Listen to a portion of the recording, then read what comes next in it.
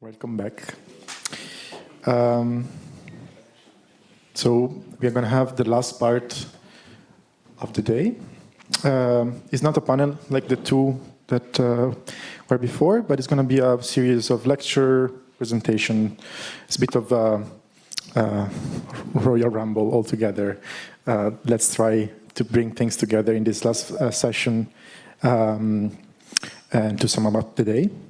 But I'm very honored to present you this last bit. So after discussing TikTok limbo, tactics of streaming practices, we will dive now into how can we move from tactics to strategies. With the advent of platform capitalism, information of capitalism, kind of we know that we had a defeat, and I think that kind of was clear from the previous conversation, but at the same time, you also know that we are building alternatives, tactics. But what does it mean to create singular tactics if we don't bring them together in what we were discussing before, protest, activist practices, etc., etc. What does it mean to create streaming platform if we don't know where to store them, if we don't have the tactical and technical knowledge about it? How can we bring different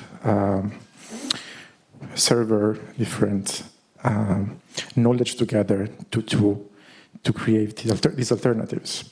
These are some of the questions that we would like to start discussing now and in the future as well. And well, with this, I would like to introduce our first speaker, Amerik Mensou. I'm sorry for the pronunciation of your surname. Who is behind Lurk, a server infrastructure to host discussion around net and computational art, culture, and politics. He's a lecturer at the Piet Zwart Institute in Rotterdam, where he founded experimental publishing master program, investigating alternative and sustainable modes of organization and production in the cultural sector and art education. Today, we will discuss Lurk, Jenga computing, and Precipi workflow. The stage is yours. Hi. Okay, so I'm going to start with some disclaimers so that I don't get beat up at the end of the presentation.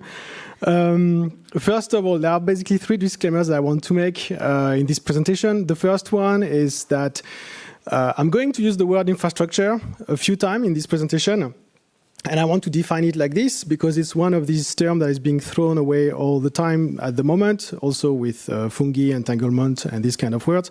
But in this context of the presentation, infrastructure means simply a collection of servers that we own, that we run ourselves, and these servers can be staying at home, being in a university, or being in a data center. And that's what I will mean as infrastructure in this presentation. Another disclaimer is that everything that I'm going to say has to be understood as situated in the context of Western, Northern Europe, for sure, and could be slightly generalized further than this, but not too much without entering like discussion that we won't have time to cover today, or at least in this presentation. And last but not least, I was not supposed to be here today. I was supposed to be sitting there. But I got a phone call last week asking me if I could just drop in for a quick presentation about Lurk because a guest had dropped from the program. So I happily said yes because I'm working at Willem de Kooning, and Willem de Kooning is a research partner in the Going Hybrid project. But as a result, it means that, as I said on our little platform, it's kind of a half improvised presentation. I didn't have time to really work on it too much, so there will be approximations, shortcuts, questionable historical retelling, digressing anecdotes, biases, inaccurate timelines, screenshots, totally unscientific argumentation, tiredness and confusion. I mean tiredness, a lot of tiredness, browser tabs, ambivalent hope, sarcasm, and hand-drawn graphics. And in this context, basically, the idea is to try to tell you a little bit about the history of Lurk in kind of a short presentation. However, I was very, very optimistic, and when I started to work on this improvised presentation, and so I decided to give you like 2 lectures for the price of 1. So the first part is kind of subtitled Jenga computing, and the second part is more like precipice workflow. And essentially, that would be like 2 ways for me to talk to you about the history of Lurk from 2 different perspectives. Before entering into the details, what is Lurk? So Lurk is basically, as introduced, it's a kind of infrastructure in which the people running Lurk, myself included, we host, facilitate, and archive discussions around net and computational culture and politics, proto and post-free culture practices, experimental sound, new media, software, art, and things like that. And concretely, that means that we have several services, like discussion lists. We have chat, real-time chat. We also have streaming service.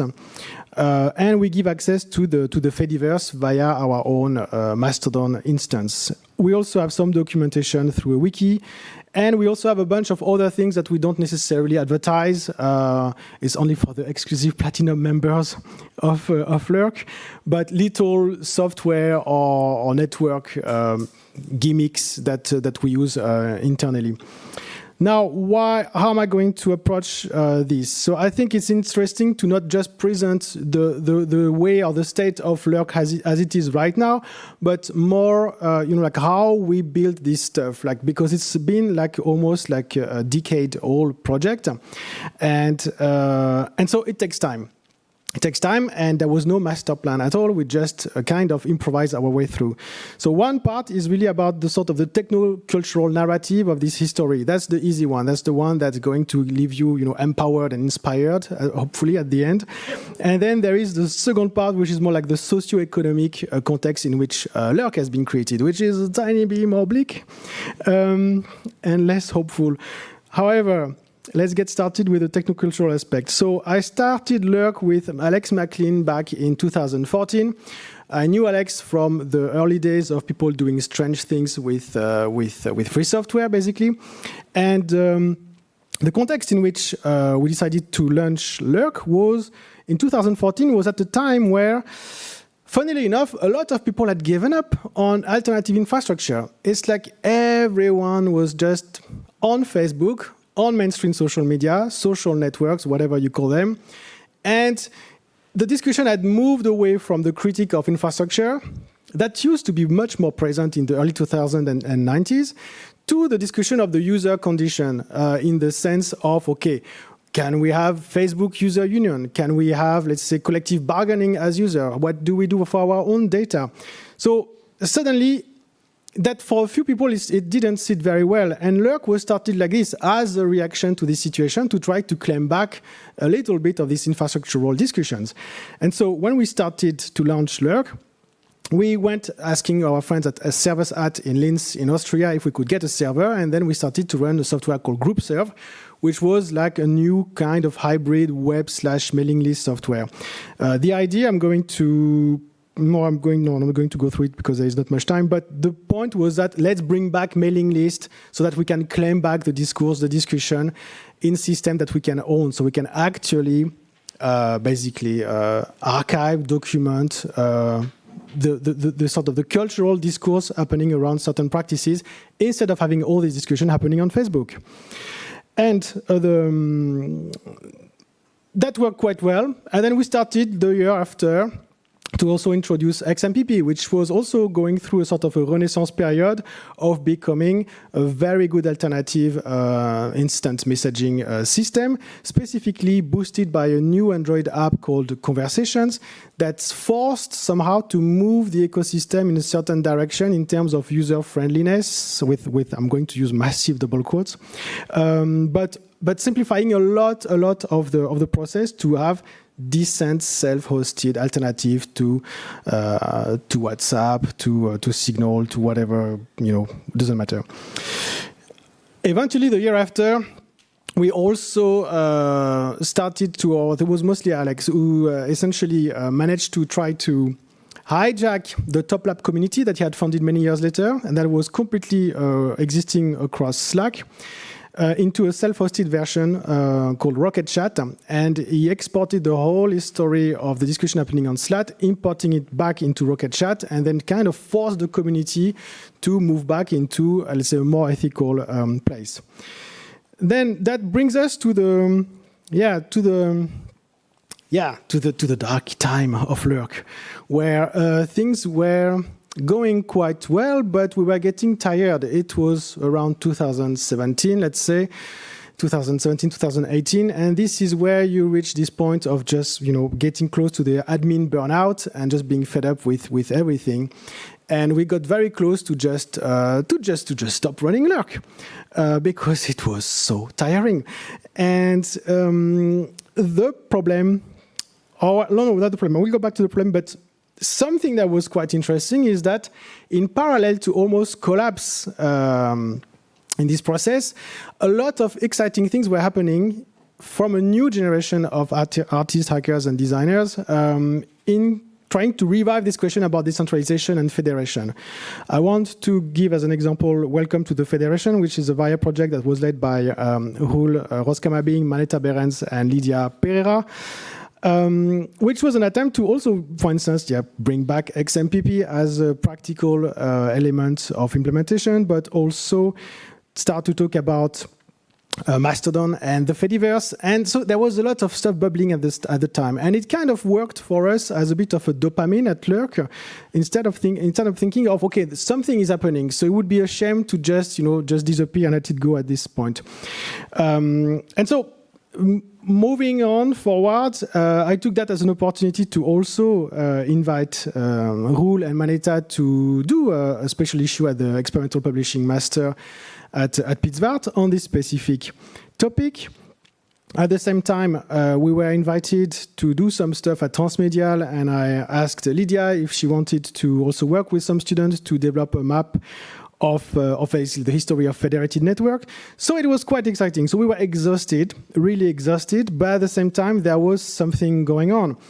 And in 2018, eventually, Roel joined Lurk, and we started to launch what we call post.lurk.org, which is essentially a Mastodon instance. And think about it, if you don't know Mastodon, it's an alternative self-hosted Twitter, to keep it super simple.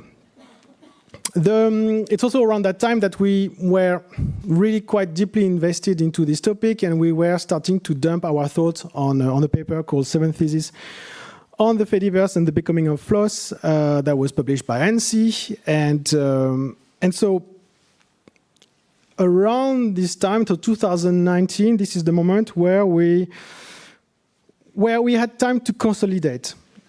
So I would say even like 2022. So these years have been really a moment of consolidation for us. And one of the consolidation that we did was essentially to start to also deploy things like terms of services, code of conduct, and privacy, things we had no experience. We're coming from a certain background where we were just happily ignoring these things. But we started to realize that these are important components when you want to develop healthy moderation within online communities. And we were doing also quite a lot of lectures and workshops on this topic and opportunities to try to find ways to transfer our experience of running different Lurk services for others to appropriate, so that they would not don't turn Lurk into yet another silo, but we also use Lurk as an example for others to run their own stuff.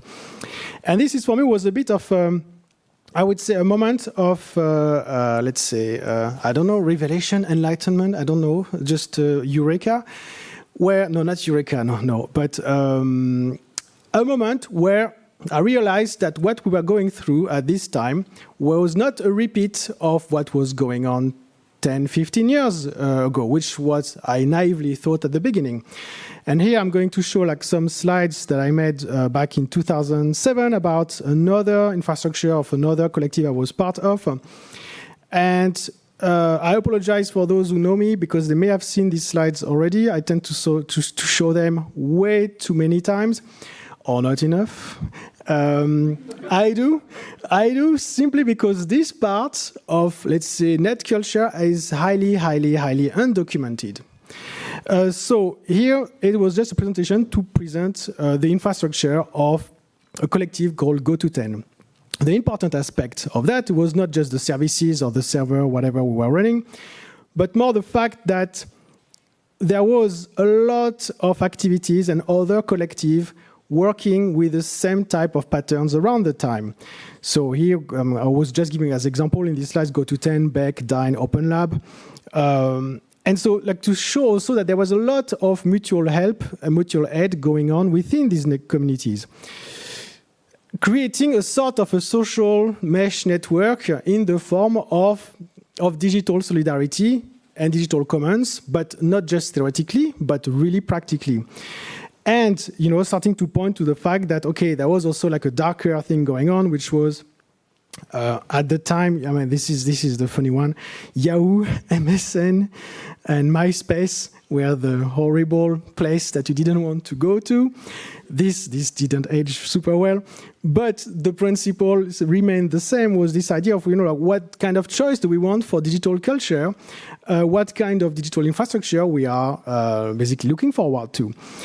And the thing that I found quite interesting with what was going on with Lurk was that, in fact, what we were seeing, and specifically also in the case of the recent, let's say, Elon Muskian thing going on with Twitter, is that we suddenly had with Lurk a lot of people who were not interested necessarily in engaging into sharing infrastructure, sharing services, sharing software, but they just wanted to be able to participate in a sort of a healthy, ethical, communicational platform environment. And that changed completely from the other previous infrastructural systems that were 10, 15 years older, that were mostly about, let's say, more meritocratic community of practices in which there was a lot of chain of dependencies in terms of software and construction, and the discourse was emerging through the technique as a form of almost like techno-aesthetics, as opposed to what we're seeing now, which is actually getting beyond this sort of point where things start to get much more interesting at a discursive level. And so concretely, that means that today, Lurk, we have 2,000 subscribed people over roughly 60 mailing list.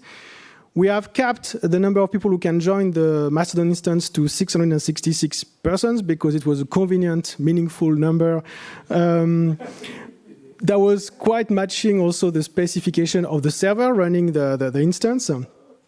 And out of these 600 something, we have 350 to 400 active people every month. We have 50 local XMPP accounts, but 400 person making use of the public chat room. And we also have an IceCast server, which is being, well, we don't monitor it. It's like the password is moving around. I don't know where it is anymore. And whenever people are having, let's say, event or want to develop a radio program, they can make use of it. So it's kind of viable. So in the end, it's quite small, okay? And we're not talking about capturing Twitter. It's very, very tiny, but it's very significant for us. Technically, it looks a bit like this. So I'm not going to go in detail, but that's roughly like the server map. So we have everything in there. We have like something that is, let's say, more data center-ish, obvious. For instance, we have a VM that is provided by Greenhost. We also have something at servers in Austria. Some of these things are shared across different communities. We also have something in a university somewhere, where we use our backup server, and also like an alternative backup server that is self-hosted. And everything is linked through a VPN, and the point is that this is essentially put together with duct tape, and this is where I enter with this question of Jenga computing, because this is just working with you don't want to see how this stuff works, basically. It's just all, it works. It's just magical. But it provides quite some entertainment and sleepless nights. But it is working. It is working, and I think that this approach of computation that is in a way like quite material, because the term Jenga is really coming from this, this little wooden block game. It's constantly about trying to find the right balance and making sure the whole thing do not collapse. Now I could stop here, but I said I would also do like the second part of the presentation, another type of history. And this one is, like I said, is a little bit different. I think that now if we go back in time, so we go back to the beginning of Lurk, but we go even back further. What we do is absolutely not novel or innovative or, it's just something that is inscribed in the long history of community servers that started in the 90s. And I really invite you to monitor the community servers page at Monoscope, because Dushan Barok has been really quite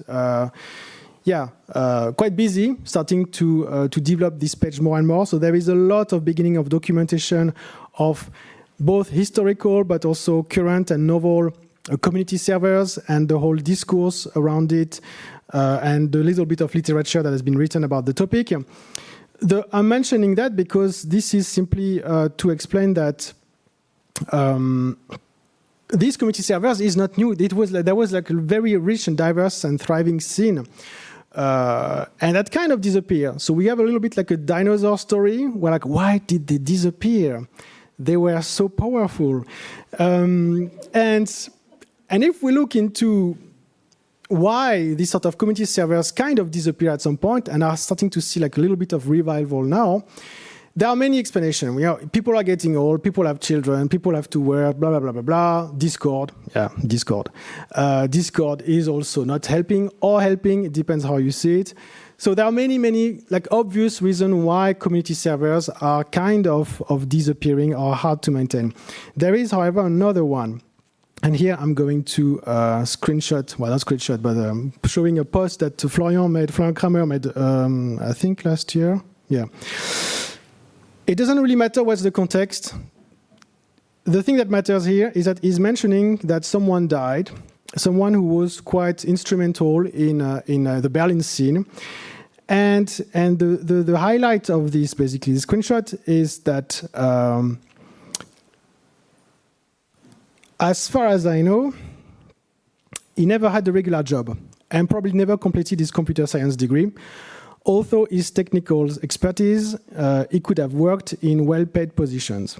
And then the closing paragraph, with Sven, a part of the old West Berlin dies, the place that had something similar to Western socialism, because life was relatively inexpensive, there was not much pressure to have regular employment, and people followed and shared their personal passions. And that's, I think this for me is where it hurts the most, because that's, we touch to economic aspect of running all this stuff. That is, I think, really not discussed enough. If we look at what was the landscape in 2004, which is a little bit like where I was the most active in this scene. If I would frame myself and Alex, we were more from the second generation of people interested into community servers. Buying a house in 2004 in the Netherlands, 200,000. Buying a house in 2021, 400,000. If we look at the rent is similar. Rent went from 60% to 100% increase. So the rent in some places have doubled and more. As a freelance artist working in this environment, developing community servers, whatever, you could make a living. And having a fee, for instance, of 250 to 350 a day for a workshop or a lecture somewhere. That was in 2004. In 2021, the fee is the same. But obviously, the money doesn't have the same value. You have essentially lost half of what you could afford with these fees in the cultural sector. And of course, it has an impact. That has an impact on what you can do, what you can develop. And I'm going to show like this infamous poster from Platform Beca. To add insult to injury, the 2010 saw also the massive wave of budget cut for cultural organizations. So also the source of possible, let's say, income for artists and designers who were really involved into building this sort of alternative digital infrastructures completely disappeared. And so for Alex and I, it really created two questions, two difficult questions. One is, we started Lurk because, of course, we were old and we had, we are not tech billionaire, but we are privileged enough so that we could do that on the side of our job without much consequences. It was a different scenario as when we were running, let's say, earlier infrastructure when we were younger. But using these privileges to do what? So what happened to Lurk when we just want to go on to hibernation? But also most importantly, what kind of model we are basically putting forward by showing, hey, we could do that, but there is a trick, there is a little footnote that is not explained, that there is a reason why we are able to do it, and there is a reason why you cannot do it. And it's basically setting everyone for failure. So this is why this idea of Lurk being constantly on the precipice is not just a question of technical aspect, but also a question of the socio-economic dimension of running this alternative infrastructure. So when Lydia and Roel joined Lurk, one thing that we started to do is to say, okay, so if we, how can we run this stuff a little bit more, less making use of our privileges, but trying to figure out what could be a way to make it sustainable. So we started to clock in and clock out every little things we were doing for Lurk and how much time this would be taking. With that, we were able to derive the total amount of time needed for running Lurk. And we were using, I think at the time we used Vaya's internal rate of 25 euro an hour as a way to kind of get an idea of how much Lurk cost. Luckily enough, I didn't mention it, we're not paying for any of the hardware. All the people that are providing hardware and internet access in Lurk are providing it for free. So we get free hosting. Still, next to that, that means that we had to find between 300 and 400 euros a month to just run Lurk. Nothing else, nothing fancy, just maintain it. And so from this point, we derived, let's say, what we call a scheme for Lurk's impulsive and time-constrained, benevolent, Eurocentric oligarcho duocracy, in which we were using a platform called Open Collective to collect recurring donations, one-time donations, occasional funding, and pay our time based on a sort of time crediting system that we put in place. 5. and so, for instance, and we just emailed everyone, and then we told them, okay, this is the situation. We would like to develop this model because we know that otherwise this is just going to be unsustainable. And at some point, maybe Alex and I just want to do something else. And then there is who else is left? Also, it makes it super difficult to invite new people because you invite them to what? You invite them to some sort of pyramid scheme. You're just telling them, hey, this is fun. Come here. You're not going to get paid. And it's going to be a nightmare to maintain. And that could be a cool hobby 20 years ago. That's not possible today. This is really not fair. So luckily, a lot of people from the Lurk community started to respond positively. And as a result, today I'm very proud to say that we make 300 euros a month, which is, it is super symbolic, but it is quite positive in the sense that there is a critical mass of people making use of the services of Lurk who just want to keep it going. And as a result, we are just, we could do it a little bit more, but at least we have something going on. So that means that if we also want to slightly bring in or have new people jumping in and to replace existing sysadmin or spend time and paying people for moderation, we can do it now. It's not going to be yet another free labor in the sake of, you're an artist, you're a designer, you're a cultural worker, it's okay, you can work for free. So no, we're trying to do that differently. And the way we're doing it is that we kind of have this, following this sort of principle. This is going to be published, so we're not going to go through that right now. But this is really the way we work. We have this sort of system where we are really constantly on the precipice, literally, like constantly the whole infrastructure is going to collapse. And we just found ways to work around it so that from the experience of people making use of it, it seems like everything is fine. But that's, in this principle, there is this sort of time logging system that allows us to say, okay, like how much time we are basically spending on this. To conclude,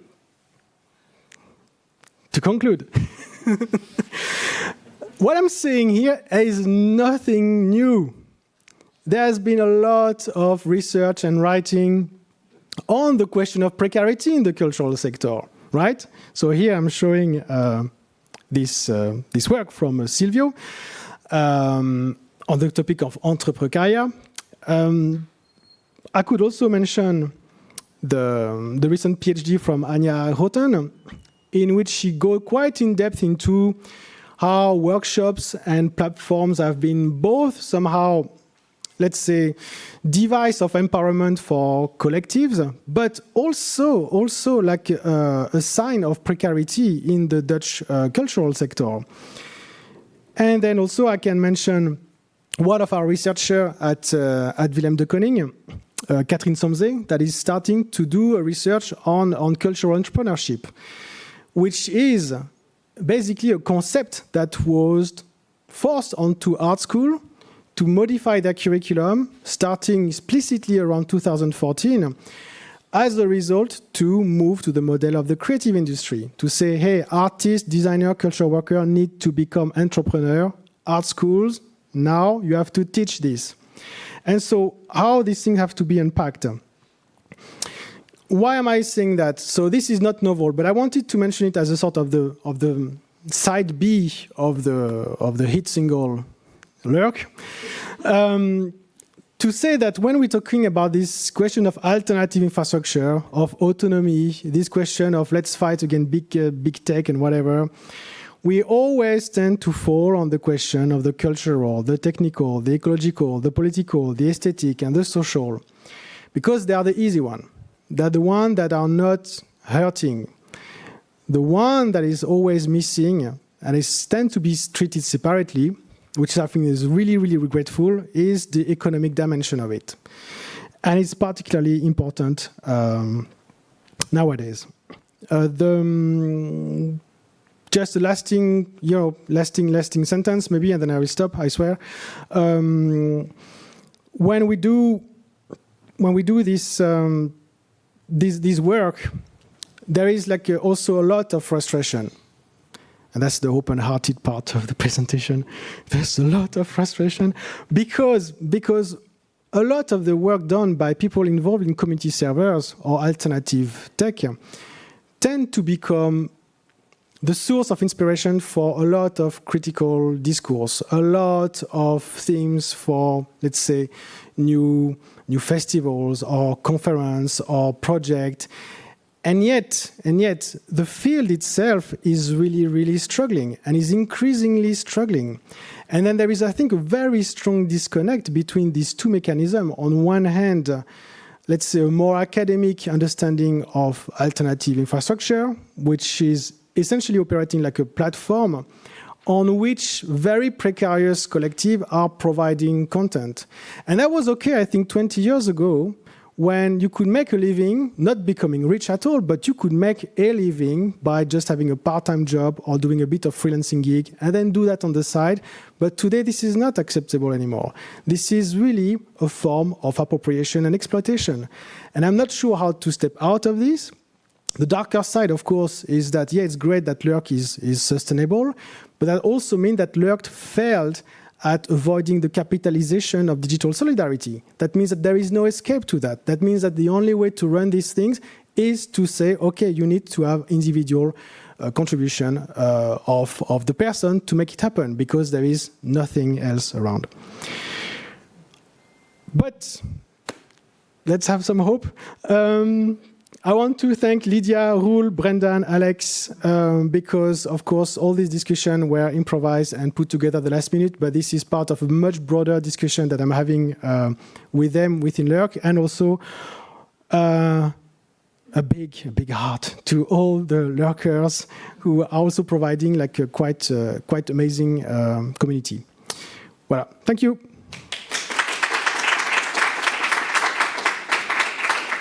So, concerning time, I think we have time for one question, if there's any. Hey, I'm Eric. Thank you for talking about Lurk. I'm a Lurk user myself, and I can give a lot of user testimonies, but I really just want to know the story of the mascot of Lurk, please. Oh, I was a late night with Roel, looking into, I guess, symbolism and, yeah, Egyptian glyph. There are some questionable attempt. I wouldn't call Orientalism or appropriation, but there is definitely something that could be questioned. The thing that we decided to use this symbolic is that there was a fun appropriation of also a sort of the Freemason-like approach of making obscure symbolist, let's say, logos for an organization where it's quite unclear what they are doing exactly. But the choice of the animal is much more straightforward because the heron likes to kill and eat frogs. And that was a very important message for us.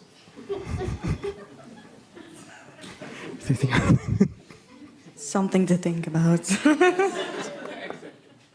Thank you so much for your great talk.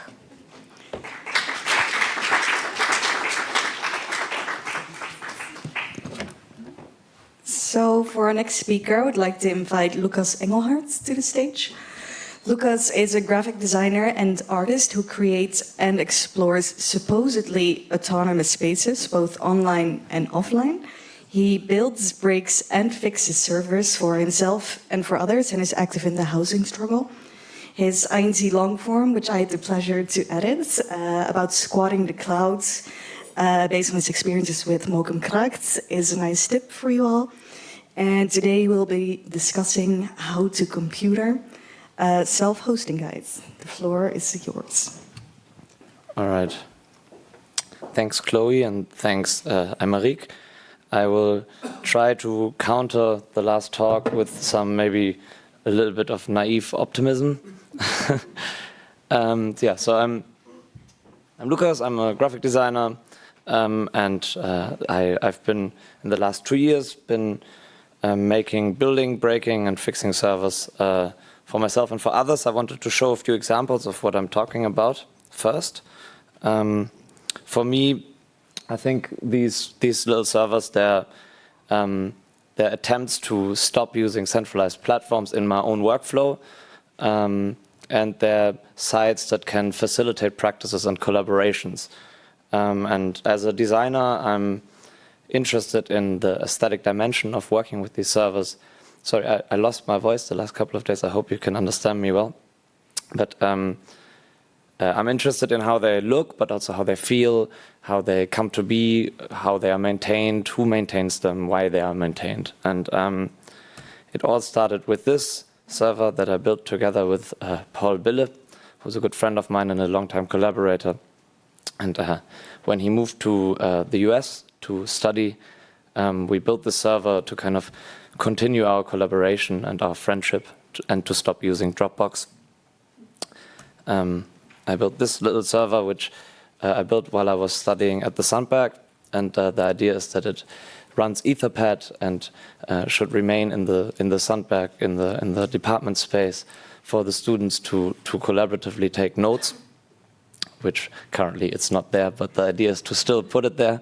And it's a little exhibition space that has a built-in screen where then the students could upload works and kind of display them.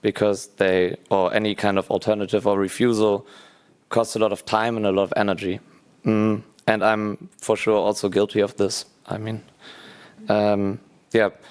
people talk about the negative effects of big tech, and we make critical works about it. We come together, we talk about it, and it's really important to do these things. But then when it comes to writing the curatorial text or having a meeting, we use Google Docs, we use Zoom, we use Teams, we share the files with Dropbox. We do this from our MacBooks, and of course, I think here there's a large number of people that maybe actually work with alternatives, but in my own experience, it's also been very difficult to actually make this switch. And I think a number of institutions are struggling with this as well. A lot of them don't care, but some of them do. But then they quickly run into this issue that it's actually very difficult to change a running system, and that's a little bit what I want to talk about. So we all use the cloud every day, or a lot of us do. Yesterday there was a cloud strike initiated by members of Varia, I think. So maybe some of us didn't use the cloud yesterday, but in general I think we tend to. Especially when we collaborate with other people. We share files, we do video calls, we share our calendars, we co-edit documents and spreadsheets, and we use services like Gmail, etc. But the word cloud itself is quite fuzzy, fuzzy around the edges, because of course it's a marketing term. It comes from network diagrams.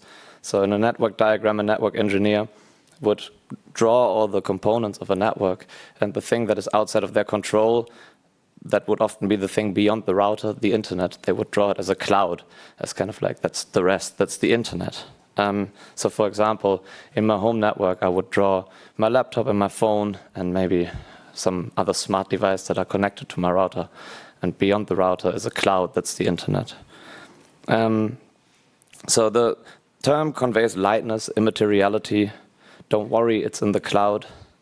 And that's also why it was chosen, of course. But it also implies other qualities of it, that it's elusive, opaque, it hides something. And from the beginning, it's the thing that is unknown. It's mysterious by definition. So, yeah. Of course, the cloud is not immaterial at all, but it's real cables that connect real computers in real rooms, and it hides infrastructure. And how this works concretely, for example, let's say me and a friend, we're editing a document, for example, in Google Docs. We can see the contents of the document in our browser, and we can make changes to it. The document itself, it's saved on a server somewhere in the world, and it's called a server because it serves as content. And every time I make a change, like I type a letter, that letter is sent to that server, and then the server receives the letter that I changed, and it changes the document, and it sends it back to me and to my buddy, and that way we can edit this document in real time. We can see what the other person is doing. And that's basically what it is, right? That's the cloud. That's what this t-shirt is talking about, even if it's, of course, a gross oversimplification, that it's just a bunch of servers which are just a bunch of computers. The issue comes from the someone else in someone else's computer, I think. Most servers today are in very large data centers. They're run by large software conglomerates. And there are a lot of ethical considerations when it comes to using the software, whether it's about energy usage, both for producing hardware and for running these services, or whether it's about exploitation of workers in the global south and the mining in indigenous lands, whether it's about privacy, them spying on us to sell us ads, passing that information to governments, or whether it's the influence that these companies have on politics and public opinion. Despite their friendly branding, they're not our friends, of course. And when we use these companies, we support them. We have to maybe sometimes remember this. But I think there's also some more practical points to, or reasons to maybe consider alternatives, which are about dependencies, right? Like, we don't control the terms and conditions. And we don't control our data. Like, we don't know where it's stored a lot of times. We might not have access to it when we're offline. If we want to change services, it's very difficult. We are locked into these systems. We might have to pay monthly fees just to access our files, which sometimes can feel like ransom money. there are security considerations as well. Even large companies get routinely hacked and data is leaked. And there's just very little stability. These companies are often very young, right? And if something goes wrong, there's nobody to talk to. So I'm part of a collective, for example, that relies on Instagram as a main tool of communication. And last year, we got bombarded with followers. So what might sound like a good thing at first is actually quite an effective way of trying to silence people online. So if we just in a day got 10,000 followers out of nowhere. And this really puts your engagement down. So if you have 10 followers on Instagram and 9 of them react to what you do, in general you have very high engagement. And if you have 1,000 followers and 9 people react to what you do, you have very low engagement, and your content gets placed further down the feed by the algorithm. So if you suddenly have 10,000 followers that don't react to what you do, the algorithm will learn that your content is just not important to your followers. And there's nobody that you can speak to, right? Like there's no customer service. And it's a very obvious thing too. Like any human would kind of look at it and be like, yeah, that's bots. But in this case, that's just the way it is. We still have those followers. Like, can't get rid of them, yeah. Then also the example that Aymeric brought up with Twitter and Elon Musk just slowly changing the terms of service. There's also the recent thing for graphic designers here that Adobe recently started charging a fee for access to Pantone colors. Yeah.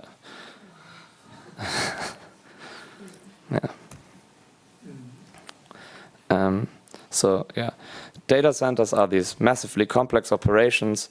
They exist in these especially designed buildings. They use the energy equivalent of small cities.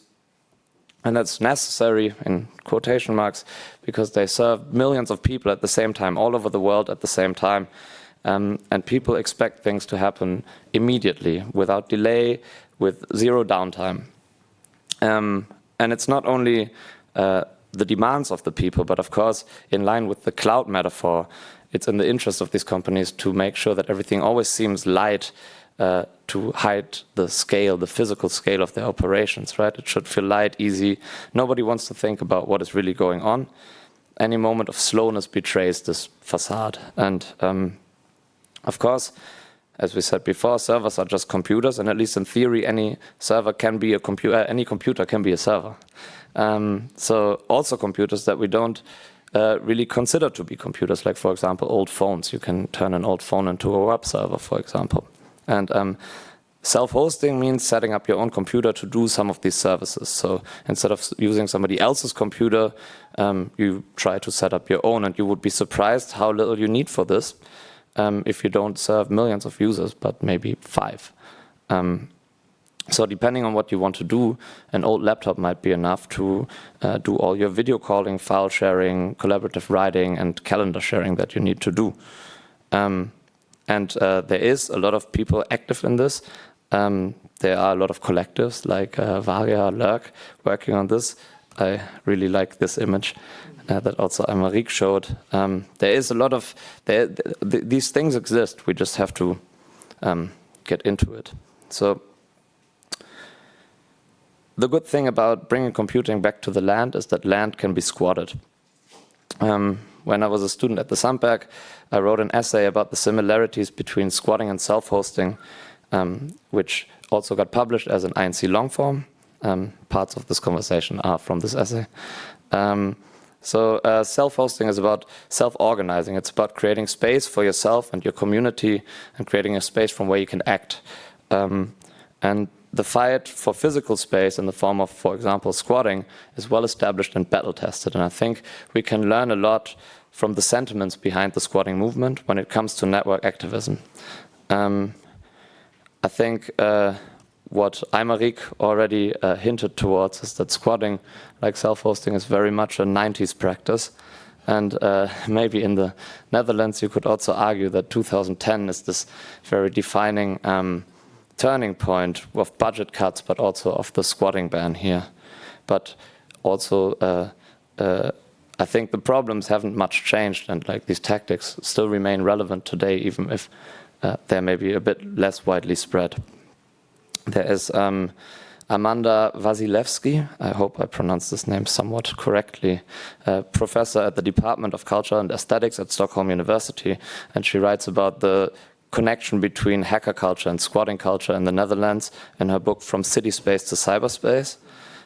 She wrote about how the first internet providers in Amsterdam had these anarchist roots like Access for All and the Digitale Stad, which is the precursor of what is now Waag.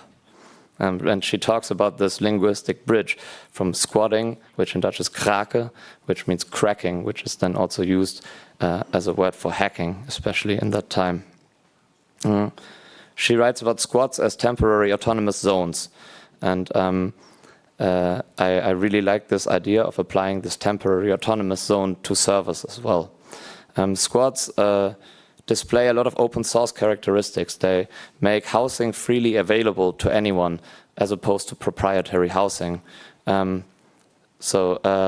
of course also all the information surrounding squatting has been freely available since the 70s and 80s in the form of squatting information hours that you can go to every week in all bigger cities in the Netherlands, or squatting manuals that codify the process of squatting down to interaction with the police. And that was one of the main inspirations for writing the self-hosting manual that Paul, Ada, and I wrote. So I think for me, this is what setting up a server ideally can be, despite all the trouble that comes with it. A space that's run by a community that cares enough about it to maintain it, to quote from the Feminist Hacker Manifesto. A place that is willingly inefficient in a way, and a refusal to take part in a system that is exploiting you. It's carving out a small niche in the infrastructure that surrounds you. And I really think it's necessary that we create these temporary autonomous zones from where we can facilitate more sustainable practices. I wanted to one time talk about this idea of expense also. So I mean, maybe this goes a little bit in the direction of the second part of Aymerik's presentation also. Running cloud services is very expensive. Because everything is fragmented, distributed, and redundant. It's hidden behind smooth interfaces. And I think that one of the results is that our understanding of expense is really warped, that we're kind of spoiled, because any friction then becomes inconvenience. We are used to smoothness as a norm. And something like self-hosting can then seem like extra effort or like something that is unfeasible or unpractical. And I think it's really important to try to think about it the other way around and just keep remembering that the status quo is unsustainable, right? Like maybe not everything needs to be 99.999% available as data centers like to advertise. And that right now the expense of these hosts of the cloud, it's just covered by these companies in the trade-off for whatever it is that we enter into as an agreement. And if we don't want to have these compromises, we have to cancel these agreements.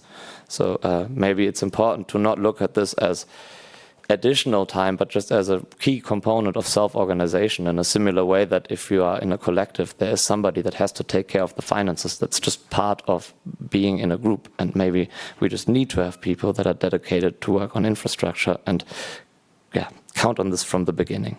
So in the ongoing discussion about decolonizing the institution, I think we need to talk about infrastructure. That's it. If you follow this QR code, you can see our self-hosting guide. Thank you.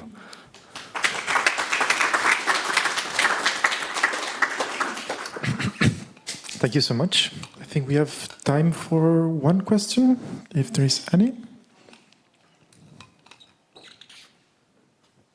No question? Yes, one.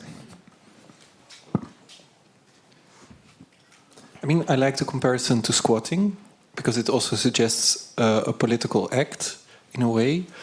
But I was also wondering, because you had the last line which said occupying or deappropriating somebody else's space. And in a way, with self-hosting, in a first thought,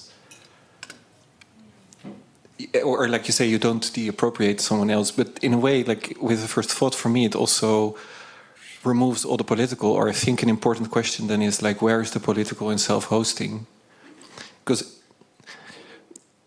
I can plug in a Raspberry Pi at home and nobody cares, right? Sorry, like I don't take somebody from someone else. Like I don't claim a space. I think then it's very important to sort of think about, okay, where is then the political of self-hosting? I mean, so for me, the political part is in the refusal, I think, right? So it's maybe less about that what you do directly takes away from, I mean, you take away from business models maybe, but it just, when we talk about the internet as a space, it's of course always just an analogy, and the analogy of squatting physical space, it just falls flat at some point. But so of course you can set up your server, and that doesn't mean that I can't also set up my server, right? They can coexist. So you don't have this.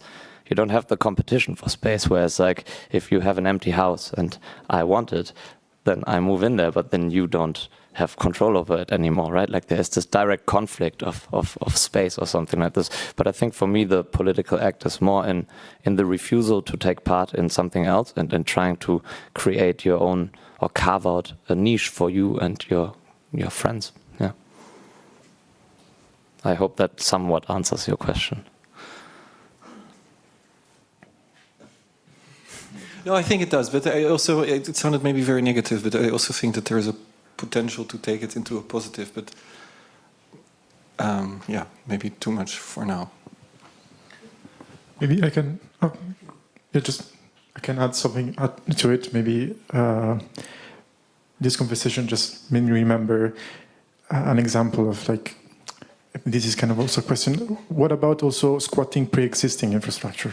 In the sense of, it's like, I completely agree with you of the political connection and the parallelism with squatting for self-hosting, but also the idea of squatting is taking something from someone else, right? Mm-hmm. That is not using it. Well, and, I don't think it's about taking something. It's about using instead of owning, I think. Yeah. Yeah, actually, sorry, it's a language issue, but but I don't know. This just made me remember of like the use of, for example, institutional server and squatting those institutional servers.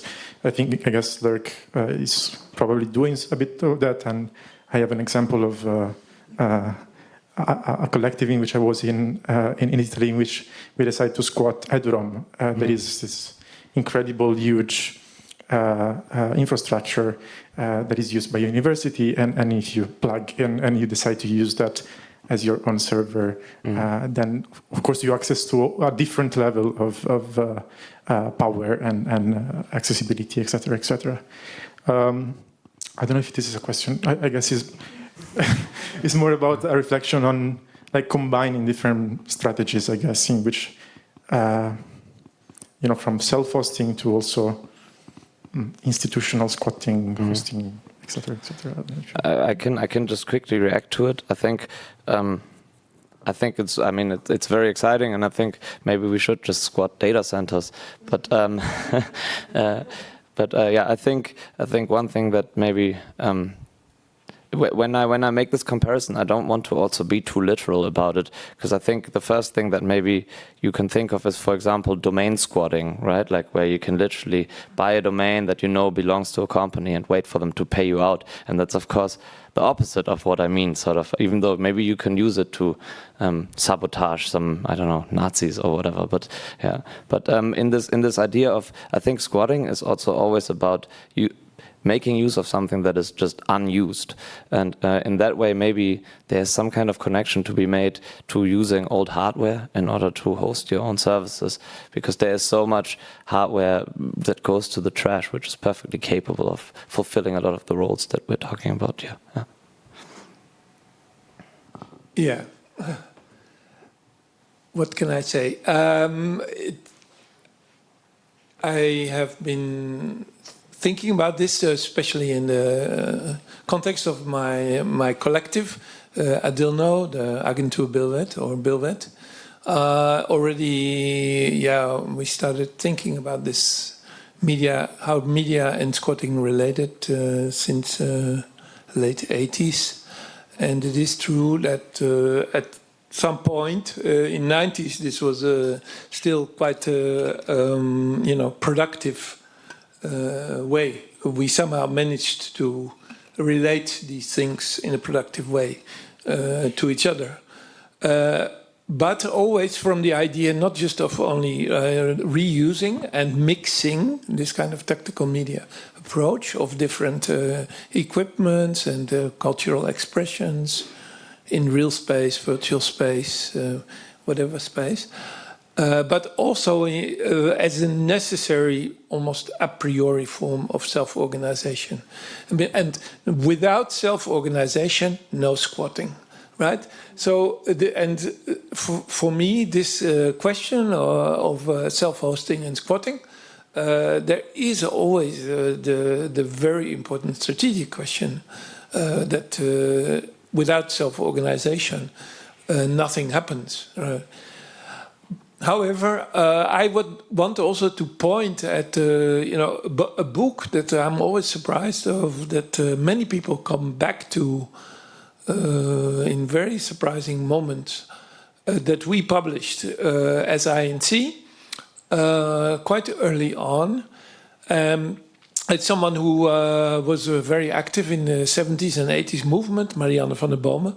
She worked for Groene Amsterdammer, and she was also one of the early people of Access for All and all the 90s movement.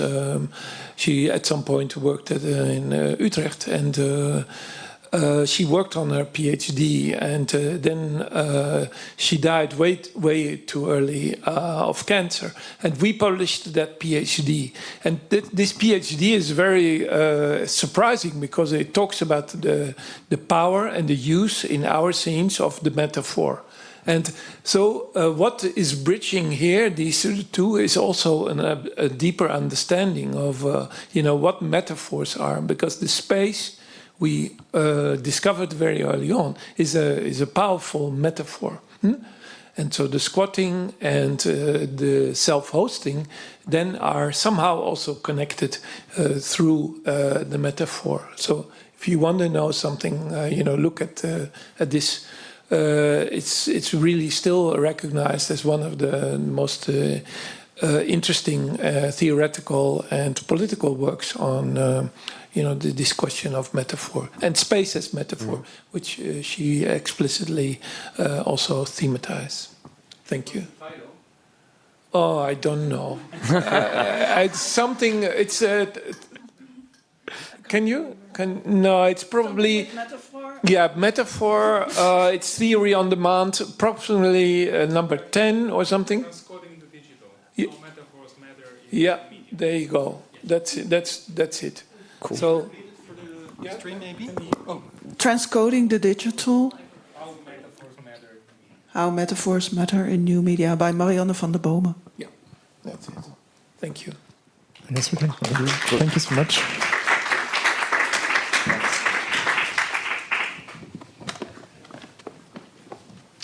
I guess now we go hybrid.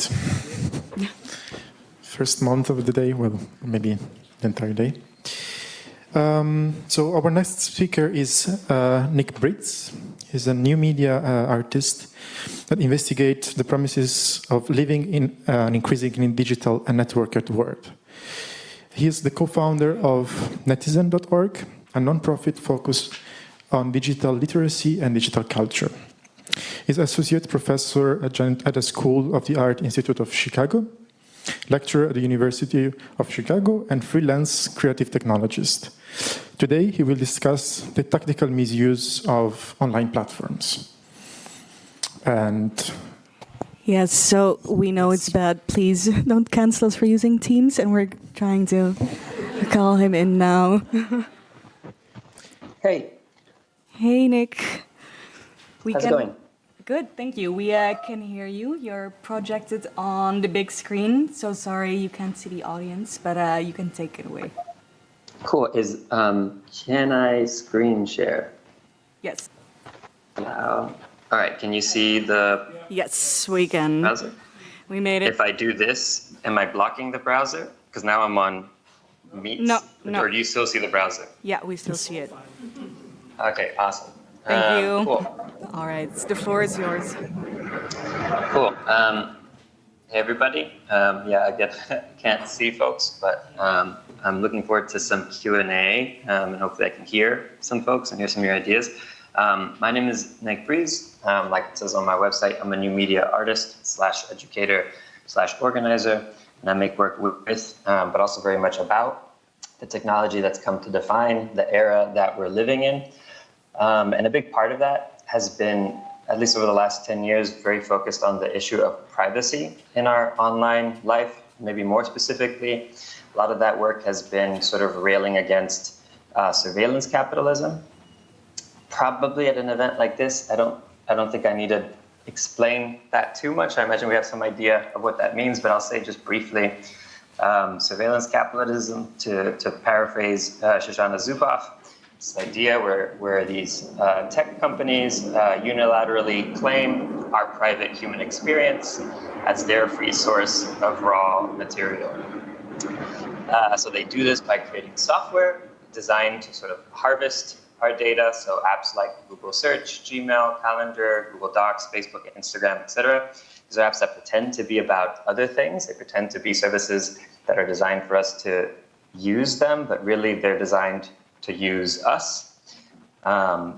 They do this, these platforms are designed again to collect our data, and they use that data to train incredibly powerful algorithms that can make predictions about our behavior with unprecedented accuracy, and also manipulate our behavior. And so it's rare, with some exceptions like data brokers, the companies that sort of pioneered this business model, Google and later Facebook, it's rare that they sell our data. Sometimes it's sort of a misconception, but what they sell is services to their customers that's been generated or fueled by this data. So it's the predictive services and the behavior manipulation that is the real product of these apps. Like I said, that started with Google and Facebook, but this business logic is slowly finding its way into various aspects of our lives, of our online lives and offline lives. And oftentimes they don't even need that much data to make predictions about us and manipulate our behavior. So for example, the rideshare app Uber, some years ago learned that a single byte of data was a strong predictor of how much we would be willing to pay for an Uber ride, specifically our battery life, which is one bit of data that they can extract from us while we're using the app. As it turns out, when people's batteries are running low, they're much more likely to agree to higher fees. And Uber learned that and exploited that.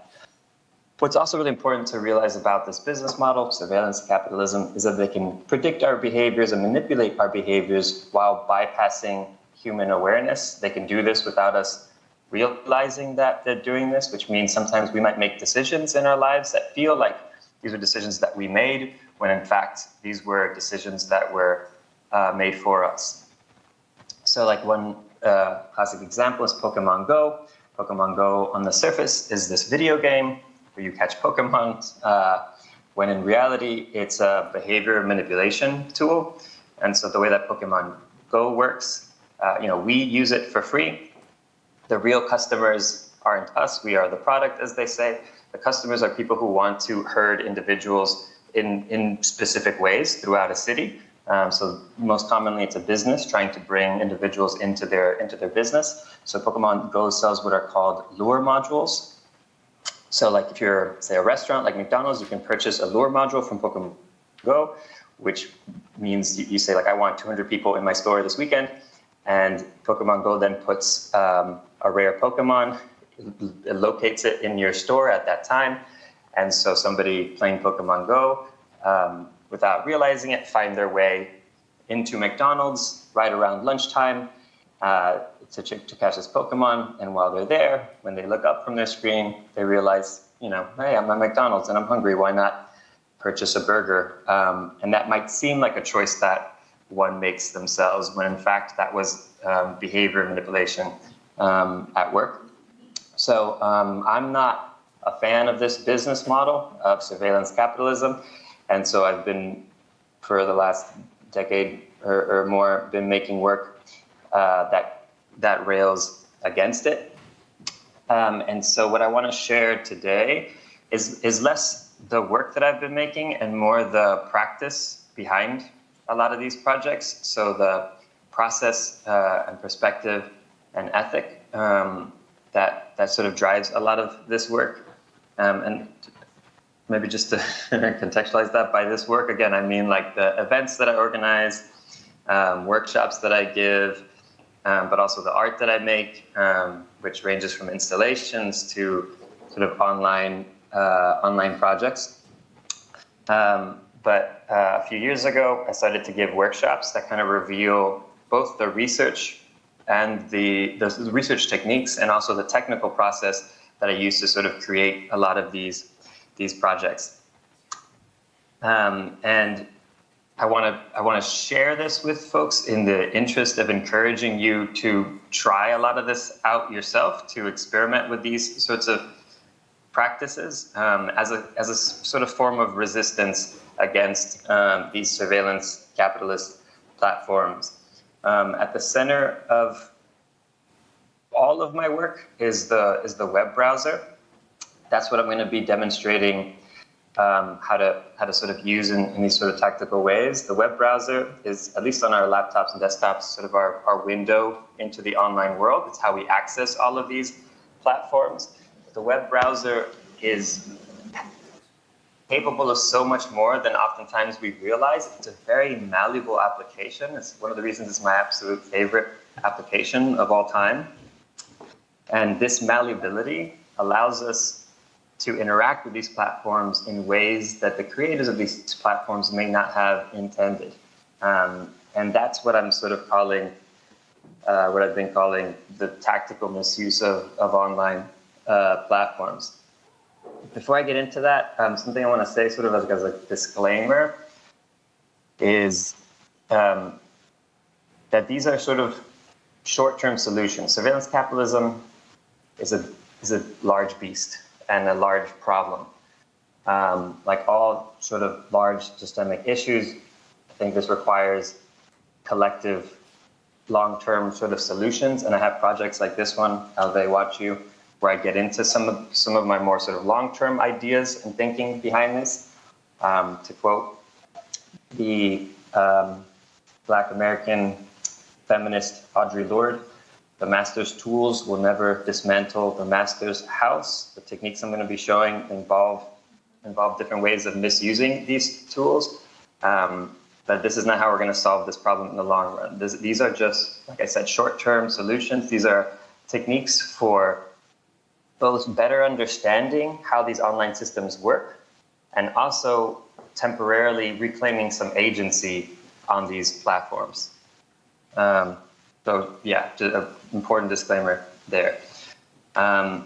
Also, everything that I only have so much time with you all here, so sometimes I share this in like a workshop context where we'll sit down and like take our time and actually start hacking these websites and kind of learn how to do this.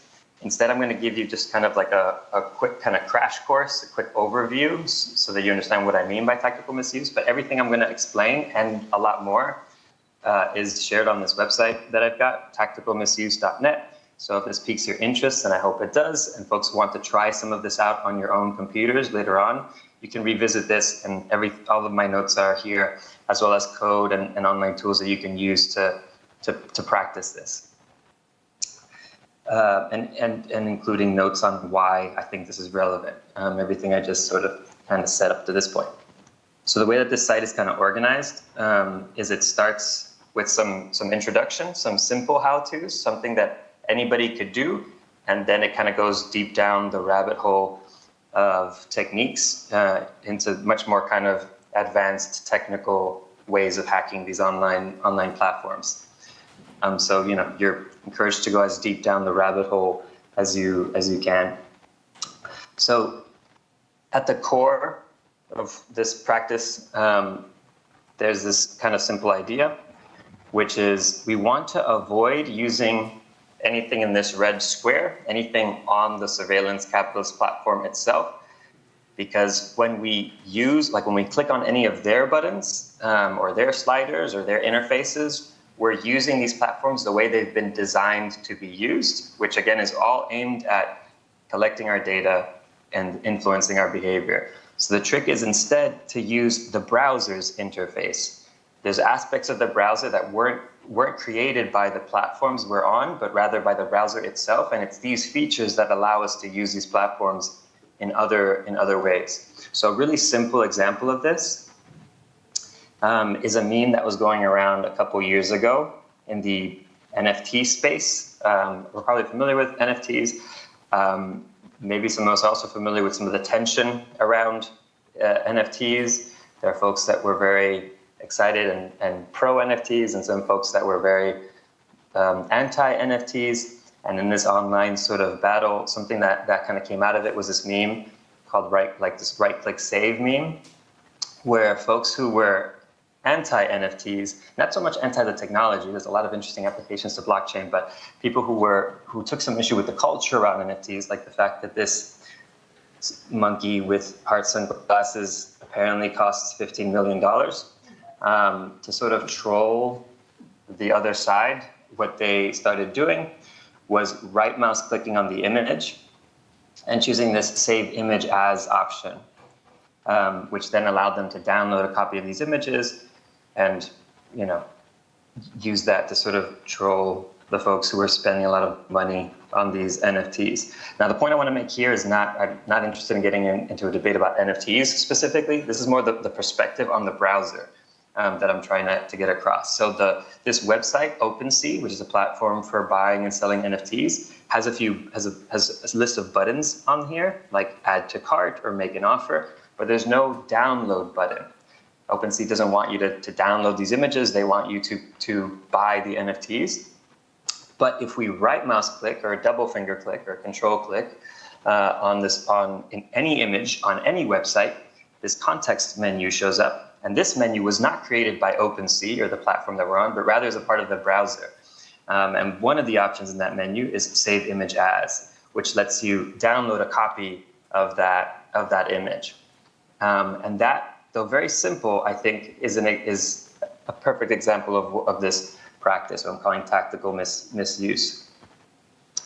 So some more examples. So this is Mark Zuckerberg's Instagram page. Let's say I wanted to download this image of Mark Zuckerberg and his dog.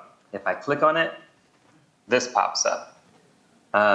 This is a common pattern we see when we're engaging with surveillance capitalist platforms, where if we're not logged in, the platform tries to force you to log in before you continue to interact with it. Because if we're logged in, then they know who we are, and if they know who we are, that data is much more valuable towards their goals, towards those predictive and manipulative goals. And so they want to prevent me from viewing this image until I've logged into Instagram.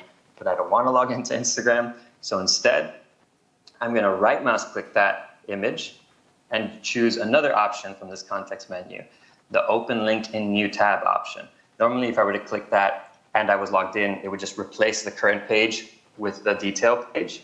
But if I choose open link in new tab, it opens that link on a separate browser tab, thus kind of subverting that pop-up login screen. Now here, in theory, I would be able to right mouse click and save the image.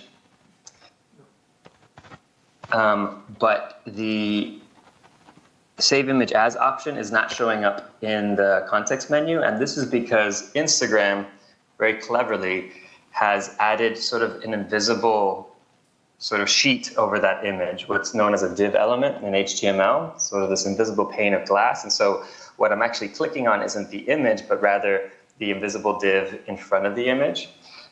But there's a third option in this context menu I can use to get around the intentions of this platform, which is this inspect option. This is, by the way, I'm using Firefox. You'll find these options in most all modern browsers. They might be worded differently. So like on Chrome, it might say inspect element. But usually they sound similar. So if you click inspect, it'll open up this panel here in the browser, what's known as the browser developer tools. And like I said, this might look different in different browsers, but it's built into any modern web browser. The browser developer tools are tools that come in browsers that were designed for web developers to sort of debug their own code. So while a web developer is working on a website or on a web app, they can use this to kind of debug things. But these tools can be misused towards our tactical ends. So ultimately, what this web inspector allows you to do is inspect the code behind any website or web application that you visit. And so if I do that here, I can see that there's that div that I mentioned, that invisible layer of code above the actual image element. So there's that div, and here's the image. And I can hover over the image and see the actual source of that image. If I double click it, I can copy that URL, Control C or Command C, open a new tab, paste it in there, and now I can right mouse click and save that image onto my desktop. This inspector doesn't only let us inspect any website or platform, we can also manipulate the code behind any website or any platform. So another example, say I have a search here for surveillance capitalism. If I click on this search result and click on some links to read more about surveillance capitalism, I'm again met with this block, which is trying to get me to log in with Google or with Facebook. And it's frustrating because I can see the article behind this wall. I just can't quite get to it because of this wall. But if I right mouse click and open that inspector, I can actually change a piece of code here, the display property, from flex to none. I can say I don't want to display this. And now that goes away.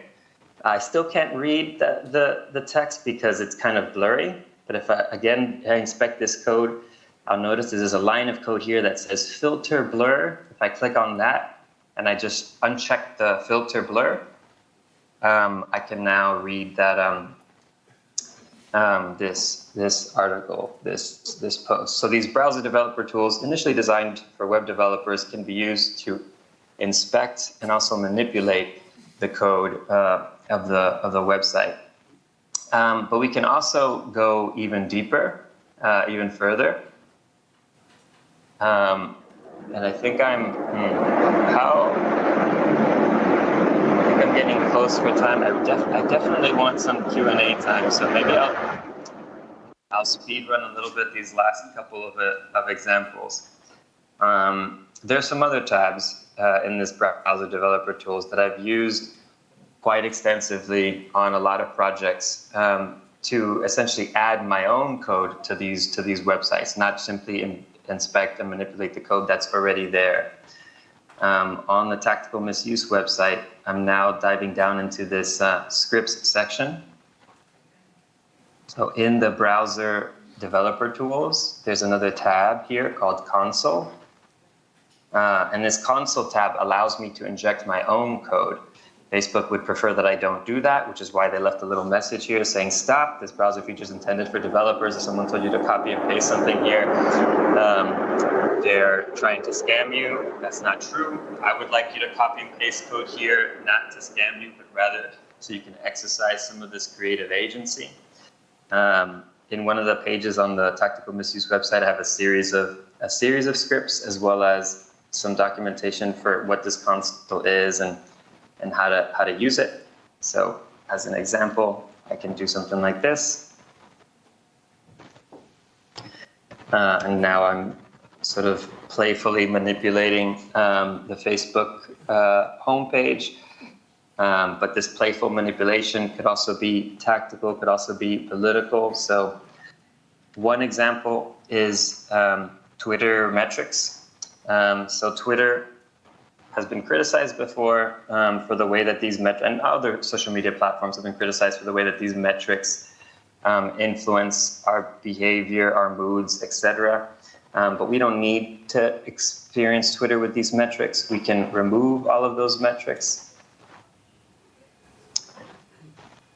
In the scripts section, I have a list of scripts that we can copy and paste into the console, including this one line of code that when pasted into the console will very quickly just remove all of the metrics from Twitter. So now all the numbers are gone. I'm now reading tweets without any idea of how many were liked, shared, retweeted, etc.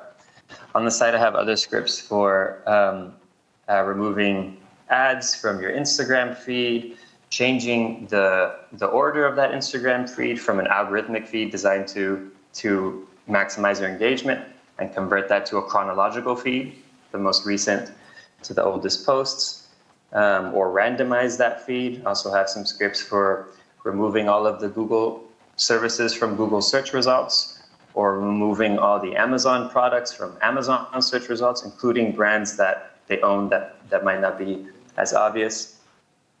And this goes, again, even deeper.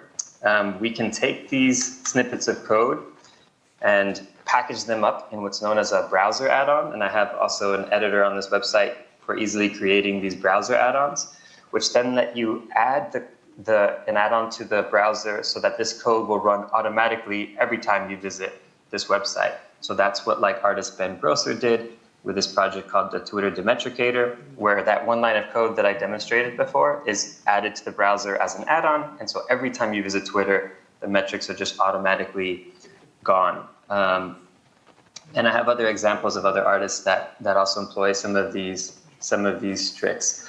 And the rabbit hole goes even deeper. I won't go into the details because I want to do some Q&A, but there are these things called REST APIs, which are used by developers to create other apps, but we can also tactically misuse these. They provide a sort of backdoor into the data and the algorithmic logic behind these platforms that allow for even more complex sort of manipulation, subversion, undermining of these platforms. So I'll kind of end it there. Again, I encourage you to visit the website and sort of mess with, play with, hack these platforms.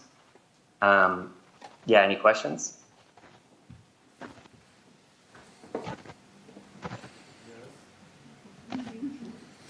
Thank you so much. Yes, there are questions. I have to read, yes, you have to tell me the question. I'm going to repeat the question. Or you can come here. Depends. Thank you very much. I'm very interested. I have a concern because I myself, at some point, I tried to learn a bit of programming to try to be more, protagonist of this living online and this old school idea that you program and you open your old computer and you know what you're doing. And I see, I wanted to ask you, do you think there is a way to massively boycott this kind of interface that these, mainstream platforms are proposing to us? Because I'm thinking about the normal user, my mother or anyone will never dig so deep in this, and in a way it's becoming so elitarian, like these people that can program maybe a bit, maybe more, and people that are totally unaware, and it takes also a lot of energy to learn this. So I was thinking, maybe people like you or people that are more conscious about these strategies could take the lead and have this active part in addressing kind of a riot against these practices of this surveillance capitalism you were mentioning. Yeah. So, definitely. Like I said, the website is kind of designed from real simple hacks to much more technically proficient hacks. Right mouse clicking an image and choosing save image as, I think, is something that anybody who uses a browser can do. Using a REST API in ways that undermine the platform, that's a bit more technically complicated. So I see it kind of as a spectrum of resistance, all that kind of share this same concept of keeping in mind that the browser lets us do a lot more than we might realize, including using the platforms in ways that they may not have wanted. So for sure, like you mentioned, I think one way to approach this is folks who are more technically proficient could package their hacks as browser add-ons, and lots of people have, and then anybody can easily install that browser add-on and get around the intentions of some of these platforms. But also, I think, I'm not sure when you kind of started to experiment with code, but writing stuff like this is getting easier and easier as the tools that we have for developing things evolve. I think more important than like learning how to master writing code is understanding the general concepts. That's one of the things one of the reasons I try to encourage this practice of, even if you don't create some sort of very fancy hack, just exploring using the inspector and just randomly like toggling things on and off and clicking around starts to reveal a little bit how these systems work. It gives you a bit more perspective than you might otherwise have had about how the things are built. And you don't need to learn to code to start poking around and editing the code that's already there. And once you do gain some general understanding of like, what is HTML, what is CSS, you can now use tools like ChatGPT to just describe what you want to do to the browser. So you can open up some of these tools, again, like ChatGPT or Codex, and say, I want to remove all of these things from this website. And once you've learned what these things are called, you can get some code back from these new tools that you can copy and paste and then manipulate. So this just to say that the barrier to entry is getting lower and lower, but it's not necessarily necessary to do the more advanced stuff to benefit from these browser tools. We can sort of poke around and experiment with stuff, and I think there's still a lot of value in just the understanding, the perspective that we gain from that. The audience is waving to you. That's it for questions, I'm afraid, because of time. But thank you so much for your talk, Nick. Yeah, awesome. Hope this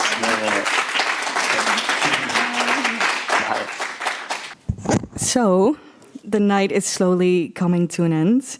For our final speaker, I would like to invite Donatella Della Rata to the stage. She is an Italian researcher who wrote Shooting a Revolution, and she is a contributor to Italian and international media outlets such as Al Jazeera, Hyperallergic, Internazionale, and Il Manifesto. She's also the co-founder and board member of the web aggregator on creative resistance Syria Untold. And today she will give us a lovely performance lecture where she will discuss tactical video archives.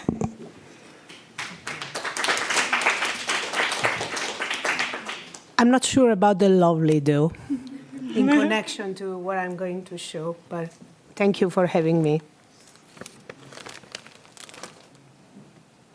You are not allowed to carry a camera on the street. So we're not even we're not even close to the idea of copyright, and it doesn't matter. You're not allowed to create content in the first place. Done. It's like period. So we were trying to come up with techniques like those to create content. This is like hiding a camera in a car, and then we publish it online. But the thing is, when we publish online, we want it to spread as much as possible. We want the people to see the fact that security forces are beating the guys in a van. We want them to see how. And to do that, we're publishing them on open licenses, and we've made few workshops for citizen journalists, and around 140 citizen journalists network was built, and they all were publishing under Creative Commons licenses in YouTube or on there's a repository called Avaz.smagma on Smagma, and they've been publishing under Creative Commons licenses for it to spread out. There are also many people who made songs. We've made 2 songs, and so far, I mean, there are a lot of songs that went out. Also published under Creative Commons license, in order for others to be able to translate it or broadcast it. And one of the issues that we faced when working with TV channels is that they always ask for exclusivity. They say like they always want videos that are exclusive, but now. Even CNN is broadcasting YouTube videos that are under CC, and they say like it's YouTube because they are forced to. There's no other source of information. So even the copyright laws in such areas doesn't make a big difference. But people are aware that to reach the international media, you need to obey some, like, or to use some open licensing tool. Just want you to see how it looks like to live in Syria and why it's a big change in the Arab world, that the Arab Spring, those revolutions are starting, because this kind of crackdown is the result of years of regimes that doesn't respect the minimum of human rights of people. Those are actually security forces walking toward the protest. And it's also, you can see it's shaky because the camera is in the shirt.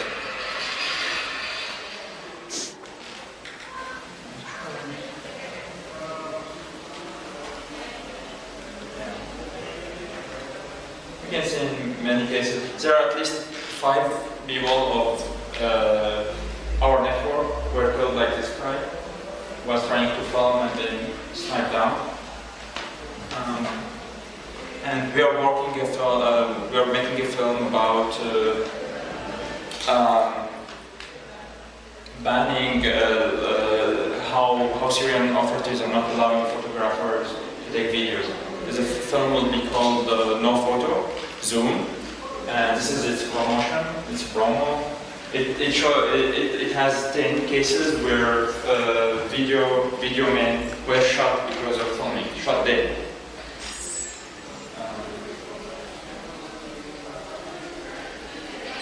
There's another case.